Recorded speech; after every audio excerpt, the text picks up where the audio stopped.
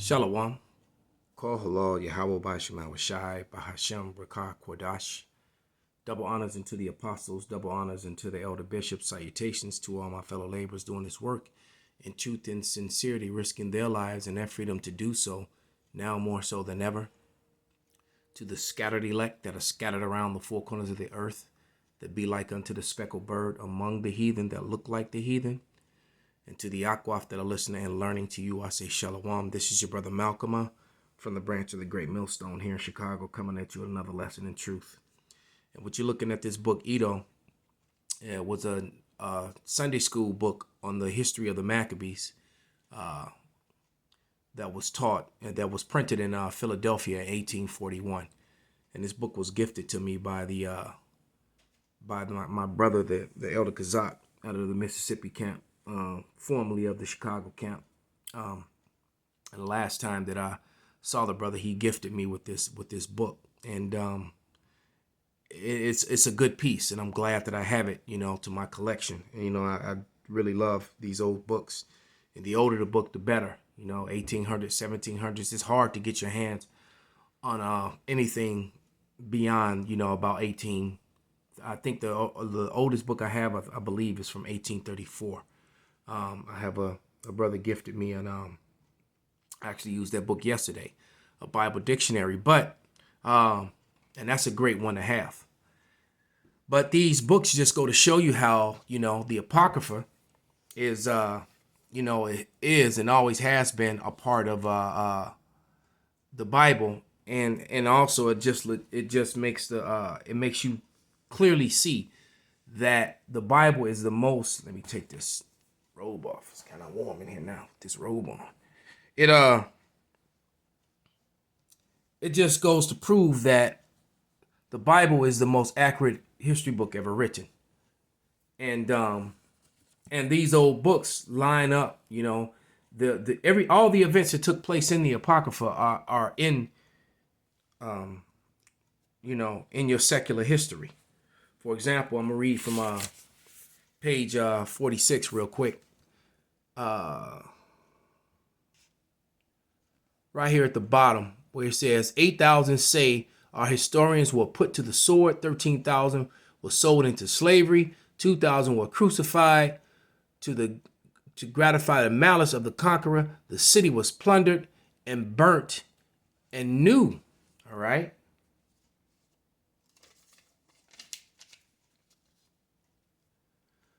A new colonist, all right, was settled among its ruins. This was the prophecy of Zechariah fulfilled. All right. And then it has the scripture, and that's Zechariah 9. So I'm going to go to it. All right.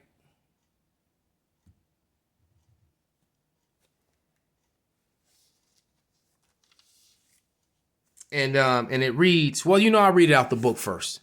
But that's Zechariah 9 and 3. All right. The third chapter. Around the third. Matter of fact, hold on. Let me just pull it up just to be sure.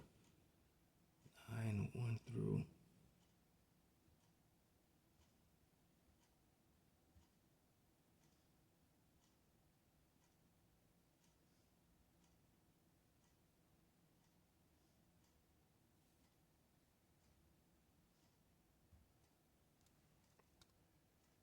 Hold on. Salakia.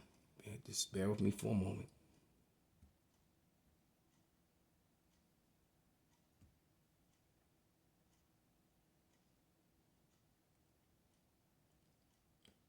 Yeah, I was right. It's Zechariah 9 and 3. And but I read through the book, and it says, and Tyrus did build herself a stronghold, and heaped up silver as the dust, and fine gold as the mire of the streets. Behold, the Lord will cast her out, and will smite her power in the sea, and she shall be devoured with fire. Now check it out. It says, and then this question is asked: when have any of the prophets of the heathen prophesy such true things? And it's true. All right, because the only true book is the book of the prophets, which is the Bible. All right, the Tanakh, the Torah, the Apocrypha and the New Testament is all one book. All right.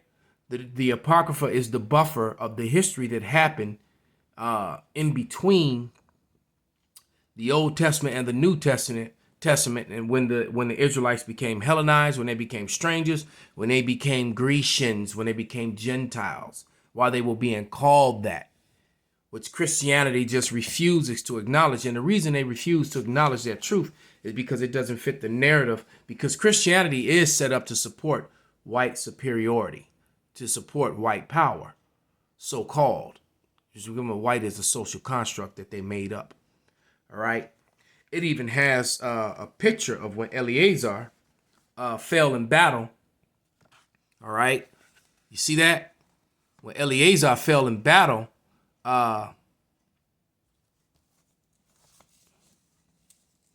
okay. And that's in Maccabees, is it first or second Maccabees? I think it's first Maccabees 6 and around 43. Let's read about that.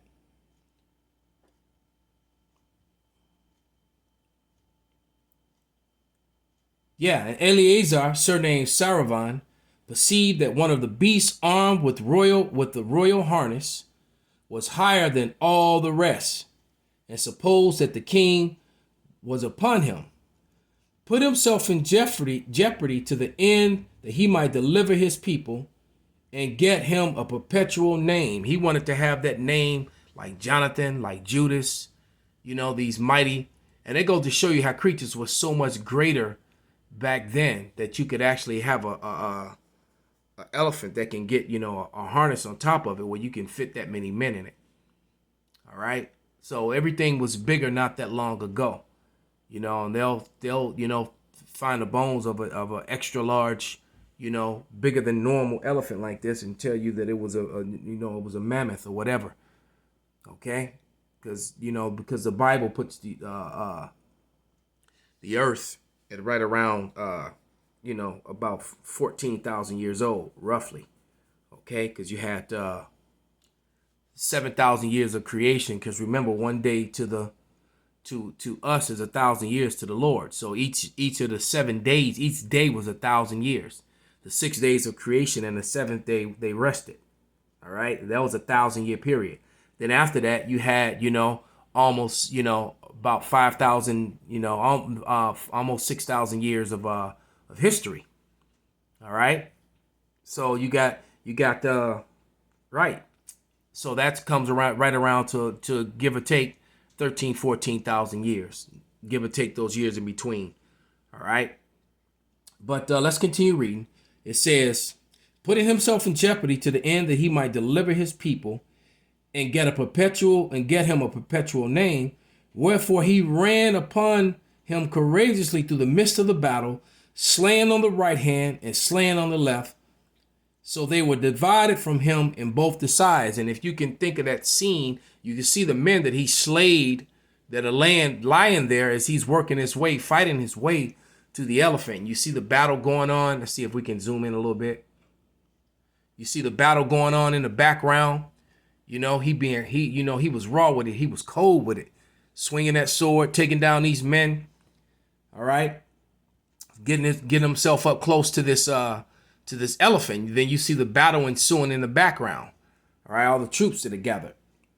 And it says, verse 45, where he ran upon him courageously through the midst of the battle, slaying on the right hand and on the left hand. So they were divided from him on both. Which done, he crept under the elephant and thrust him under and slew him, whereupon the elephant fell down upon him, and there he died. All right. Howbeit the rest of the Jews, seeing the strength of the king and the violence of his forces, turned away from them. All right. So let me just, and it says, and the king's army went up to Jerusalem to meet them, and the king pitched his tent against Judea and against Mount Zion. So to get a name for himself, trying to get a name instead of just following the spirit, he operated in his own. But nevertheless, that goes back to page 40. Go back to page 46 because that's toward the end. Because I do intend to read this whole book. All right, I've been just kind of skimming through it. But on page 46 here, it says, where have any of the prophets of the heathen continued, Othniel, prophesied such true things? All right? Because there is no truth in any other book. All right? The only truth is going to be found in the Bible. All right? You're not going to find prophecies written in the you're not going to, and see, that's the authorized King James version. All right? You're not going to find prophecies written in the in the Torah, and you're not going to find prophecies written in the Kabbalah. You're not going to find prophecies written in the Talmud.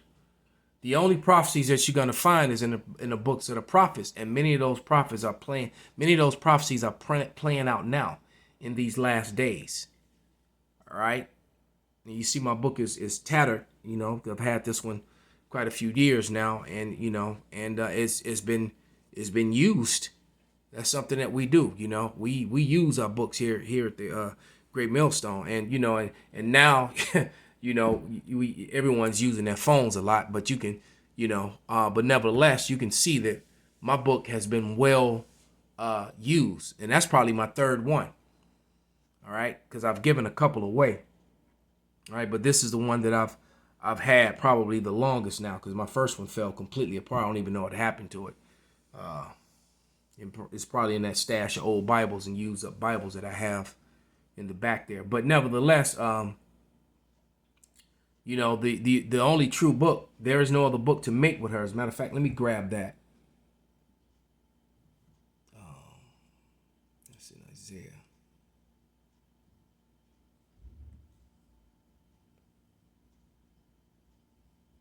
So this is Isaiah 34:16. And it reads, seek ye out of the book of Yahweh and read. No one of these shall fail. No one of what? None of these prophecies.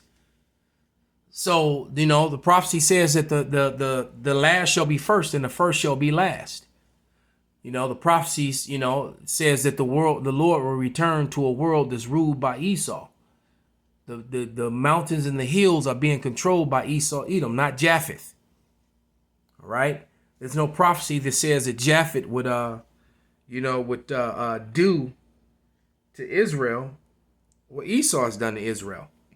And there's no prophecy of Japheth ruling over Israel, putting them in chains, shipping them around the world, giving them false religions, giving them social construct, races. When you pick up a piece of paper and it says black, white, and Pacific Islander and Hispanic and all these made up terms that they made up to fit their narrative, to fit their false science, their pseudoscience. Okay, so Isaiah 34:16. Seek ye out of the book of Yahweh and read. No one of these shall fail, none shall want her mate. For my mouth hath commanded it, and his spirit it hath gathered them. So the spirit of the Lord has gathered us through the gathering of the spirit of the prophets. The Lord uses the prophets, uses their mouths, because he says that surely he would give the secrets and the information. Roughly paraphrase. Let me see if I can find that real quick. I think that's Amos 3:7. I'm hoping. Yeah, Amos 3:7. It says, surely the Lord power will do nothing, but he revealeth his secret unto his servants, the prophets. All right. So the prophets are back. That's why we have this understanding. That's why we're able to receive the understanding from our elders and teachers, because our elders are counted among the prophets. Those who understand these mysteries, which were hidden, which were written, which were kept, these are the prophets come back, because he's not going to reveal it, the understanding, until the books were unsealed. The books were sealed. That's why no one understood until it was time. All right. And the time of the Great Awakening, the Israelites waking up to who they are, and first and foremost, the prophets waking up. All right. Because to this point that we've gotten to now, okay. The first, the first portion of it, I had nothing to do with it. I came in on the tail end during the YouTube age. Okay. I was on a brother invited me into a live show, and I clicked the button last night. And and we were talking about that, because the YouTube age, and so Israelites started putting up videos in 2006. The apostles of the Great Millstone, the elders of Great Millstone, started putting up videos in 2007, and that's when the camp started popping up.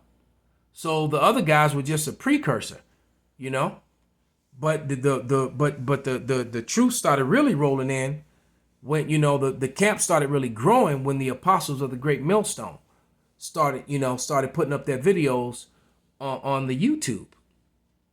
And that was the first portion of the Great Awakening, and our people have resisted it for 15 years, all the way up until the Lord used Kanye and Tyree to he used them to grab the attention of the people. And now the masses are starting to in tune to it, because most of our people ignored it or scoffed it.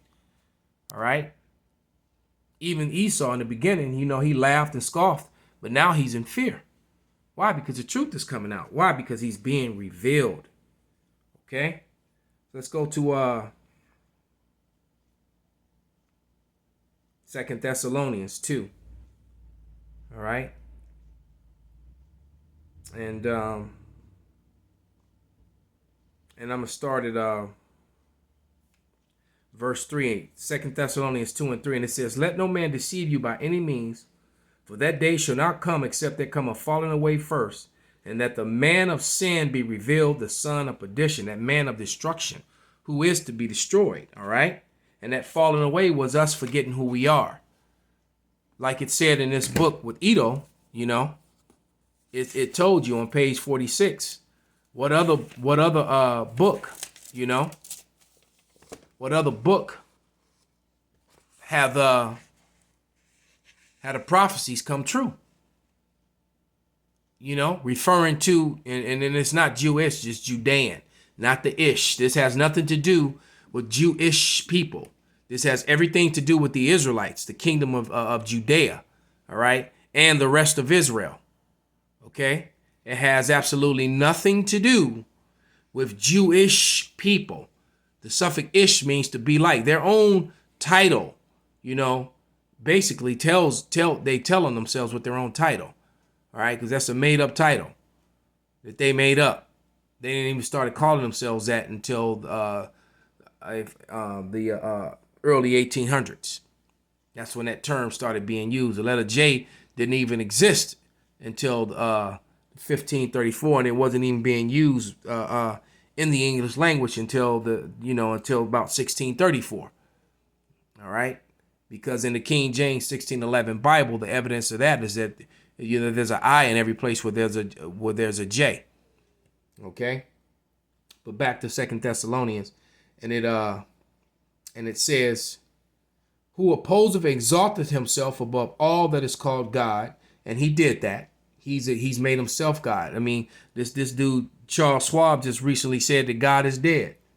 All right, and it says, "Or that is worshipped, so that he as God sitteth in the temple of God, showing himself that he is God." So the whole Sistine Chapel, who painted himself up, and that very effeminate two naked men, a giant finger coming down touching a naked man, lying there, when the Bible forbids a man's nakedness to be seen. All right, everything that this man does, he disrespects the Lord. He goes against what is written, in the Holy Scriptures. Verse 5. Remember ye not that when I was yet with you, I told you these things, and now ye know what withholdeth, that he might be revealed in his time. So now it's that time. Esau, Edom, is the so-called white man. All right. And it says, "For the mystery of iniquity doth already work, only he who now letteth will let, until he be taken out of the way." So back then, who was the head of Rome? All right, because I'm going to go into another series. I'm going to go in on that whole Maccabean and Spartan history, the Lacedaemonian history, that's in the book of First Maccabees. I'm gonna do another lesson on that, Yahweh Ratazah, later on today, and and clarify that a little bit more. But during that time, Esau Edom was ruling. All right, and now he's ruling again. All right, because remember he was that dragon that did get wounded. That was the Roman Empire, the red dragon. All right, but then healed itself, and they came back into power. After 1,000 years of Europe and Rome being ruled by who the world ignorantly calls Negroes, and the relics are there to hide it. Are there to prove it, which they tried to bury and hide. All those relics of all these, the so-called African emperors. They weren't Africans, they were Israelites. And all the relics that show you who the true people in the Iberian Peninsula, the true Scots, Ireland, Irish, Scots, and Britain, and all the people throughout Germany, all those people over there, that were ruling, from like from 3 BC all the way up to about, the late 1300s, going into the 1400s, even later than that. All right.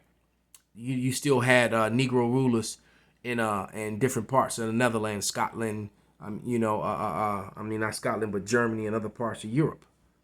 All right. There's a letter that Ben Franklin wrote, which talks about, the swarthiness, the tawniness and swarthiness of the Germans. All right. And swarthy means black. Tawny means, tan or brown in color. So you can't get around this stuff, man. But let's read this last one in verse 8, 2 Thessalonians 2:8.